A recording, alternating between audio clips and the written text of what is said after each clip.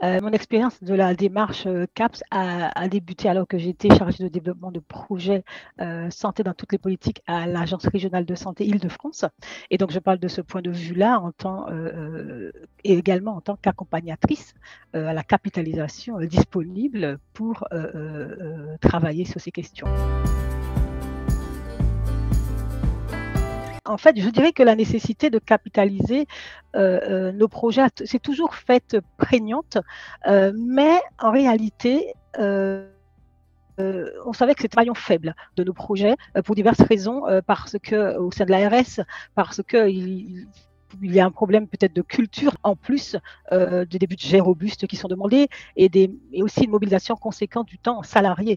Et pour ces raisons, effectivement, on n'était pas effectivement attiré par ces questions. Lorsque la Société française de santé publique m'a contacté, j'avoue que je me demandais comment est-ce qu'on pouvait réaliser une capitalisation de qualité en si peu de temps.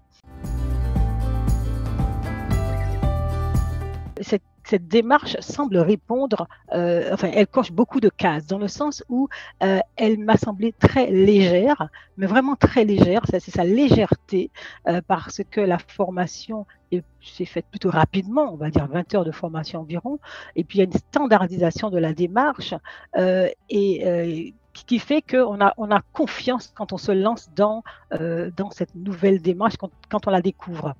Je dirais également qu'il y a une mobilisation limitée du temps des porteurs de projets qu'on accompagne. Et ça, c'est un point positif. Et puis, je soulignerai aussi le temps record pour produire la fiche de capitalisation. Il ne faut pas sous-estimer quand même le travail intense que cela demande quand même.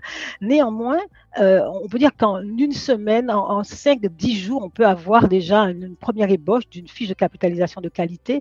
Et en plus, cette fiche, elle est facile à la lecture, elle est facile d'appropriation du fait des connaissances et donc d'appropriation des connaissances et du transfert.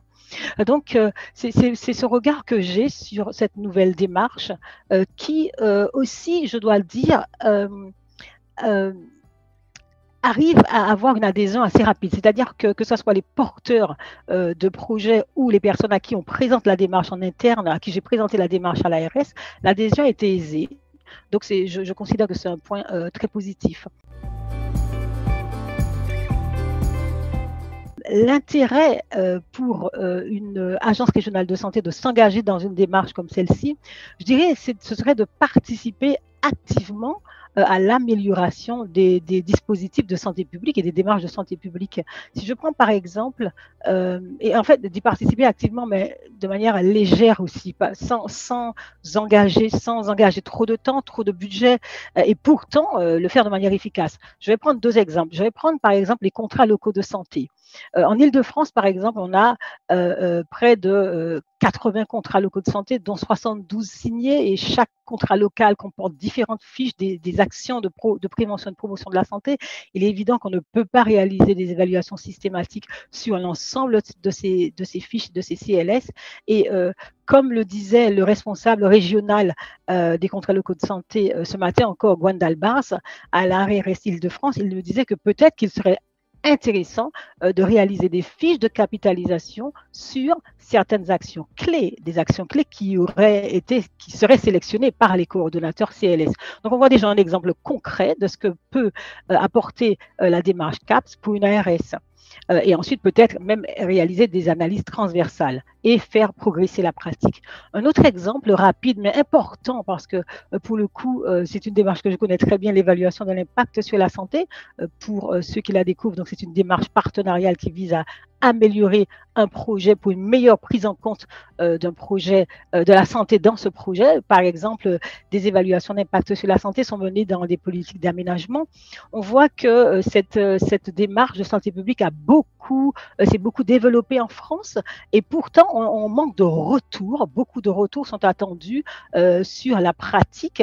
Je prends un exemple simple. L'ARS Île-de-France avait l'ambition de voir des commanditaires prendre en compte la santé en finançant eux-mêmes leurs OIS. On voit que cela est arrivé. Aujourd'hui, on peut se demander pourquoi ne pas réaliser des fiches de capitalisation pour comprendre effectivement la marche, toutes les étapes qui ont été passées et qui ont permis d'arriver à ce résultat de plaidoyer en termes de santé dans toutes les politiques.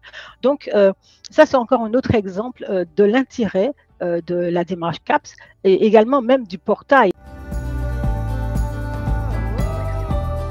Le portail va permettre aussi, je veux dire deux choses, peut-être de valoriser les travaux réalisés par les collaborateurs, que ce soit dans le cadre d'accompagnement externe ou interne. Et dans le cadre d'accompagnement interne, c'est-à-dire un collaborateur ARS qui accompagne un autre porteur de projet, je pense qu'il y a matière à développer l'interconnaissance entre les actions des différentes directions, parce que les actions de promotion de la santé ne sont pas réalisées essentiellement que par la direction de la santé publique. On l'a vu, il y a d'autres directions qui réalisent des actions de promotion de la santé, mais qui restent confinées, capitalisées, alors que le portail va donner une visibilité à toutes ces actions et améliorer effectivement, peut-être optimiser la stratégie régionale de santé.